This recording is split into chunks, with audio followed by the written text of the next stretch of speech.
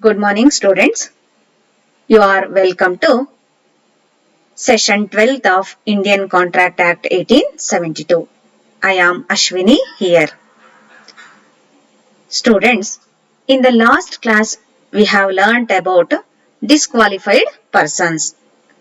We have learnt who are disqualified persons and what are all the legal rules connected with the agreement entered into by them. Okay. In today's class, we are going to study a new concept under the same chapter. That is free consent.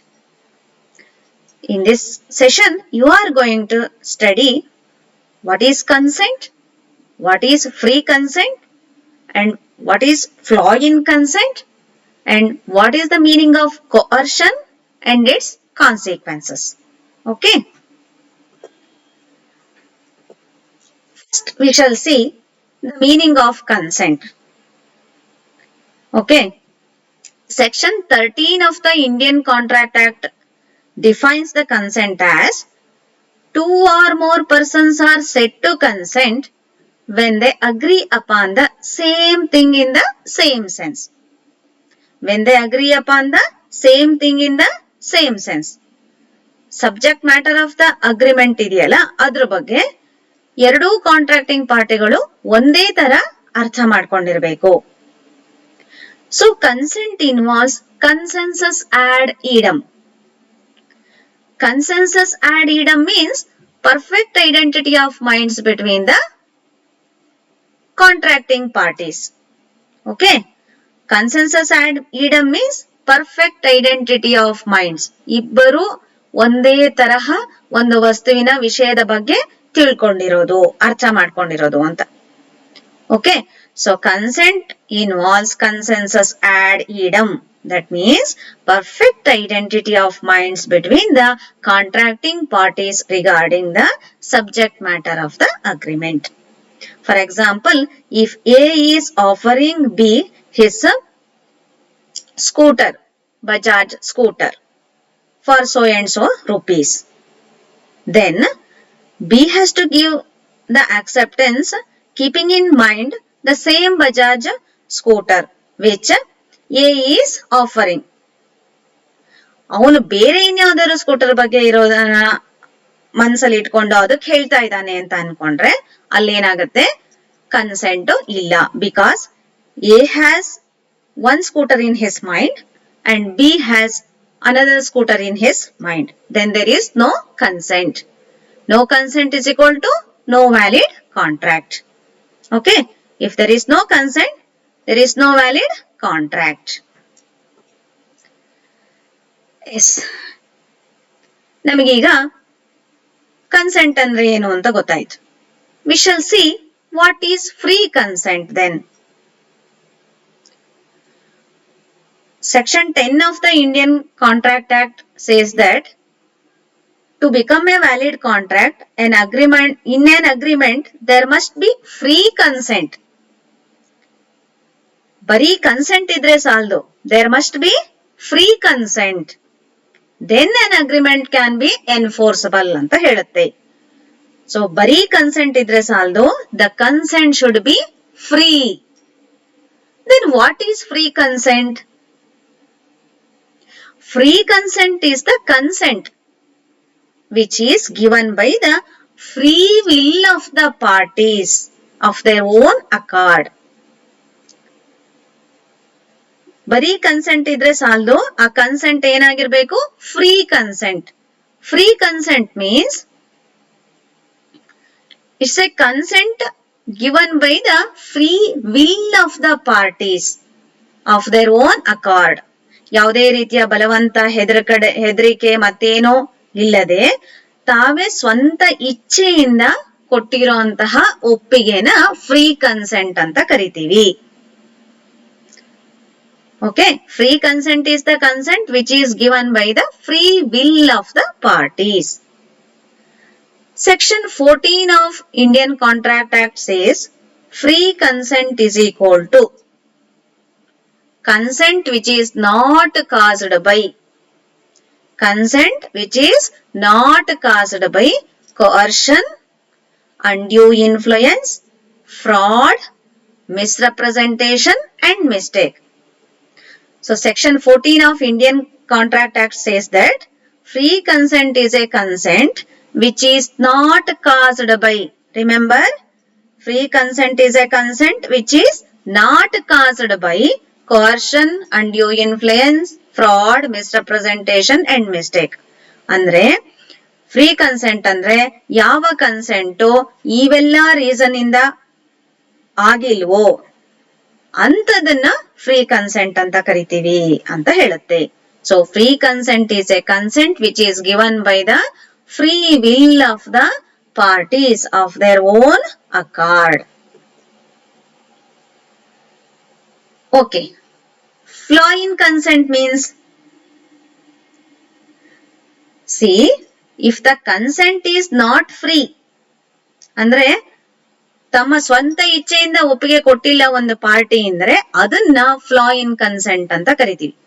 ತನ್ನ ಸ್ವಂತ ಇಚ್ಛೆಯಿಂದ ಯಾವುದೇ ರೀತಿಯ ಬಲವಂತ ಅಥವಾ ಹೆದರಿಕೆ ಇಲ್ದೇನೆ ಒಪ್ಪಿಗೆ ಕೊಟ್ರೆ ಅದನ್ನ ಫ್ರೀ ಕನ್ಸೆಂಟ್ ಅಂತೀವಿ. ಬಲವಂತದಿಂದಲೋ ಹೆದರಿಕೆಯಿಂದನೋ ಮತ್ಯಾವುದೋ ಕಾರಣದಿಂದನೋ ಒಪ್ಪಿಗೆನ ಕೊಟ್ರೆ ಅದನ್ನ ಫ್ಲಾ ಇನ್ ಕನ್ಸೆಂಟ್ ಅಂತ ಕರಿತೀವಿ. If the consent is not free, it is said to be flaw in consent.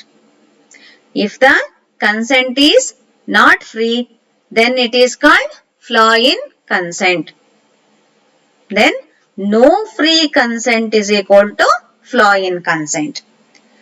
Free consent ಇಲ್ಲ ಅಂದ್ರೆ ಅದನ್ನ flaw in consent ಅಂತ ಕರಿತೀವಿ. The following are the causes leading to flaw in consent. ಹಾಗಾದ್ರೆ flaw in consent ಯಾವಾಗ ಆಗುತ್ತೆ?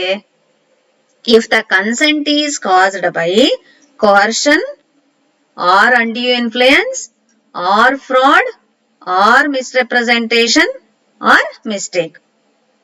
Okay.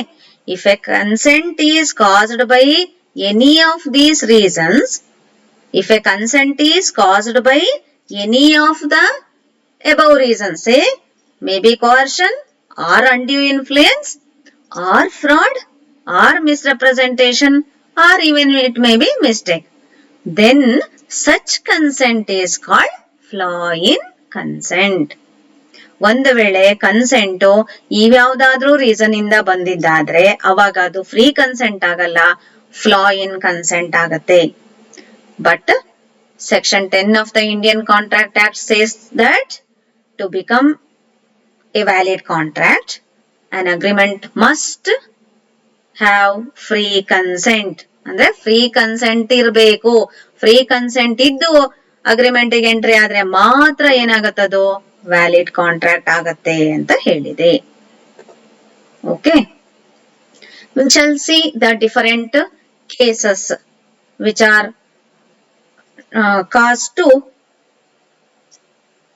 flaw in consent. Okay, ಅಂದ್ರೆ ಫ್ಲಾ in consent ಕಾಸ್ ಆಗಕ್ಕೆ ಯಾವ್ಯಾವ ಕೇಸಸ್ಗಳು ಇದಾವೆ ಅನ್ನೋದನ್ನ ನೋಡೋಣ. Already we have heard coercion, undue influence, fraud, misrepresentation and mistake. Okay, we shall see one by one in detail. First, we will take up coercion. Okay, we shall see the meaning and consequences of coercion. Coercion under section 15 of Indian Contract Act. Indian Contract Act in section 15 ಅಲ್ಲಿ coercion ಬಗ್ಗೆ ಹೇಳಿದ್ದಾರೆ. ಏನ್ ಹೇಳಿದ್ದಾರೆ? It means the committing or threatening to commit any act. It means committing or threatening to commit any act. ನೀನು consent ಕೊಡದೆ ಹೋದ್ರೆ I will do something to you. I will beat you. I will destroy your property. Or I will destroy your son's property. I will beat your family members, like this. It means committing or threatening to commit. Threatening, ಹೆದರಿಸೋದು ಅಥವಾ ಮಾಡೇ ಬಿಡೋದು. ಹೀಗ್ ಮಾಡ್ತೀನಿ ಅಂತ ಹೆದರಿಸೋದು ಅಥವಾ ಮಾಡ್ಬಿಡೋದು. Okay, it means committing or threatening to commit any act forbidden by the Indian Penal Code. IPC section ಅಂತ ಹೇಳ್ತಾರಲ್ಲ, ಅದು ಕ್ರಿಮಿನಲ್ ಅಪರಾಧಗಳು ಅದರಲ್ಲಿ ಇರೋವಂಥದ್ದು. ಹಾಗಾಗಿ IPC ಸೆಕ್ಷನ್ ಪ್ರಕಾರ ಫರ್ಬಿಡನ್ ಆಗಿರುವಂತಹ ಯಾವುದೇ ಆಕ್ಟ್ ಅನ್ನ ಮಾಡೋದು ಅಥವಾ ಮಾಡ್ತೀನಿ ಅಂತ ಹೆದರ್ಸೋದು. ಎಕ್ಸಾಂಪಲ್ ನನಗೆ ಕೊಟ್ನಲ್ಲ, beating or threatening to beat, destroying the property or threatening to destroy the property. Okay, all these are amounting to the cases which are punishable under Indian Penal Code. Okay, so coercion means the committing or threatening to commit any act which is forbidden by Indian Penal Code. Indian Penal Code ನಿಷೇಧ ಮಾಡಿರುವಂತಹ ಯಾವ್ದಾದ್ರು act ಅನ್ನ ಮಾಡಿದ್ರೆ ಅಥವಾ ಮಾಡ್ತೀನಿ ಅಂತ ಹೆದರಿಸಿದ್ರೆ, are the unlawful ಡಿಟೈನಿಂಗ್. ಡಿಟೈನಿಂಗ್ ಅಂದ್ರೆ ತನ್ನ ಹತ್ರನೇ ಇಟ್ಕೊಂಡ್ಬಿಡೋದು, ಆಯ್ತಾ. ಅನ್ಲಾಫುಲ್ ಡಿಟೈನಿಂಗ್ ಅದು ಲೀಗಲ್ ಅಲ್ಲ, ಇನ್ನೊಬ್ಬರ ವಸ್ತುವನ್ನ ಇಲ್ಲೀಗಲ್ ಆಗಿ ನನ್ನ ಹತ್ರನೇ ಇಟ್ಕೊಂಡ್ಬಿಟ್ರೆ that is called unlawful detaining. ಅಥವಾ ಆ ಫ್ಯಾಮಿಲಿ ಮೆಂಬರ್ ಯಾರನ್ನಾರೊಬ್ರನ್ನ ಮನೆಯಲ್ಲಿ ಇಟ್ಕೊಂಡ್ಬಿಡೋದು, ಡಿಟೈನ್ ಮಾಡ್ಕೊಂಡ್ಬಿಡೋದು. Threatening to detain any property, ಅಥವಾ ನಿನ್ನ ಪ್ರಾಪರ್ಟಿನ ಹಾಗೆ ನಾನು ಇಟ್ಕೋತೀನಿ ಅಂತ ಹೆದರಿಸೋದು. ಇವೆಲ್ಲದು ಯಾಕೋಸ್ಕರ? With the intention of obtaining the consent of any person to an agreement. With the intention of obtaining the consent of any person to an agreement. ಈ ಅಗ್ರಿಮೆಂಟ್ಗೆ ಆಚೆ ಕಡೆ ಪಾರ್ಟಿನಿಂದ ಕನ್ಸೆಂಟ್ ಪಡ್ಕೊಳ್ಳೋದಕ್ಕೋಸ್ಕರ ಇಂಡಿಯನ್ ಪೀನಲ್ ಕೋಡ್ ಫರ್ಬಿಡನ್ ಮಾಡಿರುವಂತಹ ಯಾವ್ದಾದ್ರು act ಅನ್ನ ಮಾಡೋದು ಅಥವಾ ಮಾಡ್ತೀನಿ ಅಂತ ಹೆದರಿಸೋದು, ಪ್ರಾಪರ್ಟಿನ ಡಿಟೈನ್ ಅನ್ಲಾಫುಲ್ ಆಗಿ ಡಿಟೈನ್ ಮಾಡೋದು ಅಥವಾ ಮಾಡ್ತೀನಿ ಅಂತ ಹೆದರಿಸೋದು. ಇವೆಲ್ಲ ಉದ್ದೇಶ ಯಾವುದು ಇಟ್ಕೊಂಡು? ಆ ಕಡೆ ಪಾರ್ಟಿಯ ಕನ್ಸೆಂಟ್ ಅನ್ನ ಪಡಿಬೇಕು ಅಂತ. So this is called coercion. See, in case of coercion, there is threatening or committing that act. Threatening to commit some act or committing that act. ಇನ್ನೊಬ್ಬರಿಗೆ ಇಂಜುರಿ ಮಾಡೋದು, ಫಿಸಿಕಲ್ ಇಂಜುರಿ, ಪ್ರಾಪರ್ಟಿಗೆ ಇಂಜುರಿ ಮಾಡೋದು, unlawful ಆಗಿ detain ಮಾಡೋದು, ಇವೆಲ್ಲದು ಮಾಡಿದ್ರೆ consent ಅನ್ನ ಪಡ್ಕೊಳ್ಳೋಕೋಸ್ಕರ then it will be called as coercion. Okay, coercion means committing or threatening to commit any act which is forbidden by Indian Penal Code, or the unlawful detaining or threatening to detain any property with the intention of obtaining the consent of any person to an agreement. So example of coercion, threat to shoot, ನಿನ್ನನ್ನ shoot ಮಾಡ್ಬಿಡ್ತೀನಿ ಅನ್ನೋದು. threat to cause hurt, ನಿನಗೆ ಹೊಡ್ತಾ ಬಡ್ತಾ ಕೊಡ್ತೀನಿ ಅಂತ ಹೆದರಿಸೋದು. Rape ಅಥವಾ defamation ಅಂದ್ರೆ ಅವರಿಗೆ ತಪ್ಪು ಕಲ್ಪನೆ ಬರೋ ಅಂತಹ ಯಾವ್ದಾದ್ರು ಮಾತುಗಳನ್ನ ಆಡೋದು. ಗಿವಿಂಗ್ ರಾಂಗ್ ಎವಿಡೆನ್ಸ್, ತಪ್ಪು ಸಾಕ್ಷಿಗಳನ್ನ ಕೊಡೋದು. ಅಥವಾ ಕ್ರೈಮ್ ಮಾಡೋದು, ಕ್ರೈಮ್ ಮಾಡೋದಕ್ಕೆ ಸಪೋರ್ಟ್ ಮಾಡೋಂಥದ್ದು, ಕಳ್ಳತನ. ಅಟೆಂಪ್ಟ್ ಟು ಕಮಿಟ್ ಸುಯಿಸೈಡ್, ನೀನು ಒಪ್ಕೊಳ್ದೆ ಹೋದ್ರೆ ನಾನು ಆತ್ಮಹತ್ಯೆ ಮಾಡ್ಕೊಳ್ತೀನಿ ಅಂತ ಹೆದರಿಸೋದು ಸಹ ಏನಾಗುತ್ತೆ? ಕೋರ್ಷನ್ ಆಗುತ್ತೆ. ಫಿಸಿಕಲ್ ಇಂಜುರಿ ಮಾಡೋದು ಅಥವಾ ಪ್ರಾಪರ್ಟಿಗೆ ಇಂಜುರಿ ಮಾಡೋದು, ಸುಟ್ಟು ಹಾಕೋದು, ಆಸ್ತಿನ ಹಾಳು ಮಾಡೋವಂಥದ್ದು, ಅಥವಾ ಅಪಹರಣ ಮಾಡೋವಂಥದ್ದು, ಅಥವಾ ಆತ್ಮಹತ್ಯೆ ಮಾಡ್ಕೋತೀನಿ ಅಂತ ಹೆದರ್ಸೋವಂಥದ್ದು, ಇವೆಲ್ಲದು IPC ಸೆಕ್ಷನ್ ಫರ್ಬಿಡನ್ ಮಾಡಿರೋವಂಥದ್ದು. ಇಂತಹ ಕಾರ್ಯಗಳನ್ನ ಮಾಡಿ ಅಥವಾ ಮಾಡ್ತೀನಿ ಅಂತ ಹೆದರಿಸಿಬಿಟ್ಟು ಒಪ್ಪಿಗೆ ತಗೊಂಡ್ರೆ ಆಚೆ ಕಡೆ ಪಾರ್ಟಿಯಿಂದ ಅದನ್ನ ಕೋರ್ಷನ್ ಅಂತ ಕರಿತೀವಿ. Okay, got the point? Features are essential elements of coercion. ಹಾಗಾದ್ರೆ ಒಂದು ಆಕ್ಟ್ ಕೋರ್ಷನ್ ಅಂತ ಅನ್ನಿಸ್ಕೋಬೇಕಾದ್ರೆ what are all the features it should contain ಅನ್ನೋದನ್ನ ನೋಡೋಣ. Coercion includes threat. Threat means ಹೆದರಿಸೋದು. ಫಿಸಿಕಲ್ ಕಂಪಲ್ಷನ್, ಹೊಡ್ತಾ ಬಡ್ತಾ ಕೊಟ್ಟು ಬಲವಂತ ಮಾಡುವಂಥದ್ದು. ಅಂಡ್ ಇಂಜುರಿ ಟು ಪ್ರಾಪರ್ಟಿ, ಅವನ ಆಸ್ತಿಗೆ ಇಂಜುರಿ ಮಾಡೋದು, ಹಾಳು ಮಾಡೋದು. ಅಥವಾ ಯಾವ್ದಾದ್ರು ಅವನಿಗೆ ಸಂಬಂಧಪಟ್ಟ ವಸ್ತುಗಳನ್ನ ತನ್ನ ಹತ್ರ ಇಲ್ಲೀಗಲ್ ಆಗಿ ಇಟ್ಕೊಂಡ್ಬಿಡೋದು, ಡಿಟೈನ್ ಮಾಡ್ಕೊಳ್ಳೋದು. ಓಕೆ, ಹೀಗಿದ್ರೆ that act may be called as coercion. Okay. For example, A wants B's site which is located at the center of the city. But B is not ready to sell that property. Okay. But A wants that property. As B is not ready to sell that property, A is compelling B to sell that property. A is threatening B that if B is not ready to sell that property and give the consent to this agreement, A is telling he will beat B or he will cause injury to his family members or he will destroy his property. ಈ ತರ ಹೆದರಿಸಿ B ಕಡೆಯಿಂದ ಒಪ್ಪಿಗೆನ ಪಡ್ಕೊಂಡ್ರೆ ಅದೇನಾಗ್ಬಿಡತ್ತೆ, ಕೋರ್ಷನ್ ಆಗತ್ತೆ. Okay. ಅಥವಾ B ಯ ಕಡೆ ಸಂಬಂಧಿಕರಿಗೆ ನಾನೇನೋ ಮಾಡ್ತೀನಿ ಅಂತ ಹೆದರಿಸಿದ್ರು ಕೋರ್ಷನ್ ಆಗತ್ತೆ. ಮಾಡಿದ್ರು ಕೋರ್ಷನ್ ಆಗತ್ತೆ ಅಂತ ಆಕ್ಟ್ ಅನ್ನ, ಹೆದರಿಸಿದ್ರು ಕೋರ್ಷನ್ ಆಗತ್ತೆ. And there must be a clear utterance of threat or commission of act.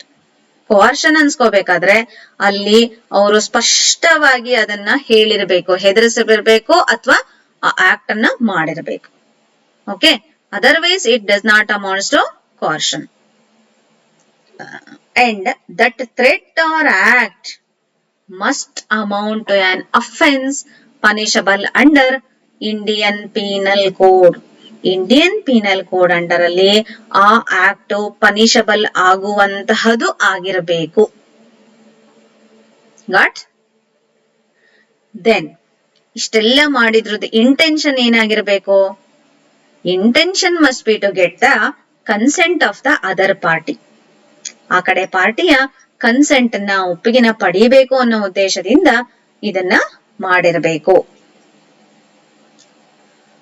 Act amounting to coercion may be committed either by the party to the contract or by a third party.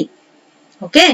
The act of coercion ಇದೆಯಲ್ಲ, that may be committed by party to the contract or by a third party. In the above example, if A is threatening, then contracting party ಅವನು A ಇನ್ನೊಬ್ಬನಿಗೆ ಯಾರಿಗೋ ಹೇಳಿ C ಅನ್ನೋನಿಗೆ, if C is threatening, ಸಿನೇ ಬಿಗೆ threaten ಮಾಡ್ತಿದ್ದಾನೆ, ನೀನು ಎಗೆ ಆ ಸೈಟ್ ಅನ್ನ ಸೇಲ್ ಮಾಡದೆ ಹೋದ್ರೆ ನಾನು ನಿನ್ನ ಫ್ಯಾಮಿಲಿ ಮೆಂಬರ್ಸ್ ಅನ್ನೆಲ್ಲ ಕೊಲೆ ಮಾಡ್ತೀನಿ ಅಂತ. So here A is not threatening, but on behalf of A C is threatening to B. So coercion ಅನ್ಸ್ಕೋಬೇಕಾದ್ರೆ that act may be done by or committed by party to the contract or by a third party. Because ಇಲ್ಲಿ party to the contract ಇಬ್ರೆ, A ಮತ್ತೆ B. ಏನೇ ಬಿಟ್ಟು C ಹೆದರಿಸಿದ್ರೆ B ಗೆ, ಅವಾಗ C is a third party. But it amounts to coercion. Likewise, the threat may be directed against the other party to the contract or against any third person. Here there are two parties to the contract or two parties to the agreement. One is A and one is B. Okay. A wants B's site, but B is not ready to sell that. But using some force, A is getting the consent of B. Here, A B ಗೆ ತೊಂದರೆ ಕೊಡ್ತೀನಿ ಅಂತ ಹೇಳ್ಬೇಕಾಗಿಲ್ಲ. B ನ ಮನೆಯಲ್ಲಿ ಹೆಂಡತಿ ಮಕ್ಕಳಿದ್ದಾರೆ, ಅವ್ರಿಗೆ ಏನಾದ್ರು ಮಾಡ್ತೀನಿ ಅಂದ್ರೆ ಥರ್ಡ್ ಪಾರ್ಟಿ ಅವರು ಅಲ್ವಾ, ಥರ್ಡ್ ಪಾರ್ಟಿಗೆ ಹೆದರಿಸಿದ್ರು ಸಹ it amounts to coercion. And it is immaterial whether the IPC is in force or not in force in the place where coercion is employed. ಕೋರ್ಷನ್ ಮಾಡಿರೋದು ಅಲ್ಲಿ IPC ಸೆಕ್ಷನ್ ಅಪ್ಲೈ ಆಗುತ್ತಾ ಇಲ್ವಾ ಅಂತ ಏನೂ ಇಲ್ಲ. ಈಗ ಹೊರ ದೇಶದಲ್ಲಿ ಕಮಿಟ್ ಆಗಿದ್ದಾಗ ಅಲ್ಲಿ IPC ಸೆಕ್ಷನ್ ಅಲ್ಲಿ ಅಪ್ಲೈ ಆಗದೆ ಇದ್ರೂ ಸಹ Indian penal code, but act is punishable under because it is of such an offence. Therefore ಅದು ಎಲ್ಲಿ ಅಲ್ಲಿ IPC ಸೆಕ್ಷನ್ ಅಪ್ಲೈ ಆಗುತ್ತೋ ಬಿಡುತ್ತೋ ಅನ್ನೋ ಪ್ರಶ್ನೆನೇ ಇಲ್ಲ. If an agreement is consent of the agreement is caused by these acts, then it will amount to coercion. Okay, got the point? ಇದೊಂದು ಸ್ವಲ್ಪ ಕಷ್ಟ ಅನ್ಸುತ್ತೆ. If you read it 2 or more times, then you will understand. Consequences of coercion. Students, now we shall see what are all the consequences of coercion. ಪರಿಣಾಮಗಳೇನು coercion ಇದ್ರೆ ಒಂದು agreement ಅಲ್ಲಿ? If the consent of the party is taken by using coercion, then what are the consequences? ಅದರ ಪರಿಣಾಮಗಳೇನು? We shall see. Such agreements are voidable at the option of the aggrieved party. Who is aggrieved party? In the above example, B is aggrieved party because B was not ready to sell his site, isn't it? But had given the consent because A is threatening to kill him otherwise. ಇಲ್ಲದೆ ಹೋದ್ರೆ ನಾನು ಕೊಂದು ಬಿಡ್ತೀನಿ ನಿನ್ನ ಅಂತ ಹೆದರಿಸಿದಾನೆ A. ಹಾಗಾಗಿ B ಮನಸ್ಸಿಲ್ದೆ ಹೋದ್ರುನು ಹೆದರಿಕೆಯಿಂದ ಏನ್ ಮಾಡಿದಾನೆ? ಒಪ್ಕೊಂಡಿದ್ದಾನೆ. So B is aggrieved party here. Who is aggrieved party in this example? Mr. B is the aggrieved party because his consent is taken by using coercion. So B is aggrieved party here. So what about the consequences of coercion? It is voidable at the option of the aggrieved party. Aggrieved party can refuse to perform his part of obligation. In the above example, according to the agreement, B has to sell the site which is located in the center of the city. According to this agreement, isn't it? But his consent was taken by using coercion. Now, B can perform the contract, means perform his part of obligation, that is selling the site, or he can refuse. He can refuse to perform the obligation. ಅಂದ್ರೆ ಅವನು ಒಂದು sale ಮಾಡಬಹುದು, ಹೋಗ್ಲಿ ಬಿಡತ್ಲಾಗೆ ಅಂತ ಹೇಳಿ sale ಮಾಡಬಹುದು, ಅಥವಾ ಇಲ್ಲ ನನ್ನ ಒಪ್ಪಿಗೆ ಬಲವಂತದಿಂದ ಹೆದರಿಸಿ ಪಡ್ಕೊಂಡಿರೋದ್ರಿಂದ ನಾನು ಸೇಲ್ ಮಾಡಲ್ಲ ಅಂತಾನು ಹೇಳಬಹುದು. He can refuse the performance or he can perform the contract. ಎರಡರಲ್ಲೂ ಒಂದನ್ನ ಮಾಡಬಹುದು. ಹಾಗಾಗಿ ಇಟ್ ಈಸ್ ವಾಯ್ಡಬಲ್. ವಾಯ್ಡ್ ಮಾಡಬಹುದು ಅಥವಾ ವ್ಯಾಲಿಡ್ ಮಾಡಬಹುದು. ದ ಆಪ್ಷನ್ ಯಾರ ಹತ್ರ ಇದೆ? Option is at this is the option of the aggrieved party. ಏನ್ ಮಾಡಬಹುದು? ಅಗ್ರೀವ್ಡ್ ಪಾರ್ಟಿಯ ಆಪ್ಷನ್ ಇದು. It is left to him. He can choose this or that. Either he can refuse to perform the contract or he can abide by the contract. Abide by the contract means he can perform the obligation or he can even refuse to perform the obligation. Okay. So, coercion in a consequences ಏನು ಅಂದ್ರೆ it is voidable at the option of the aggrieved party. Then, who has to prove now?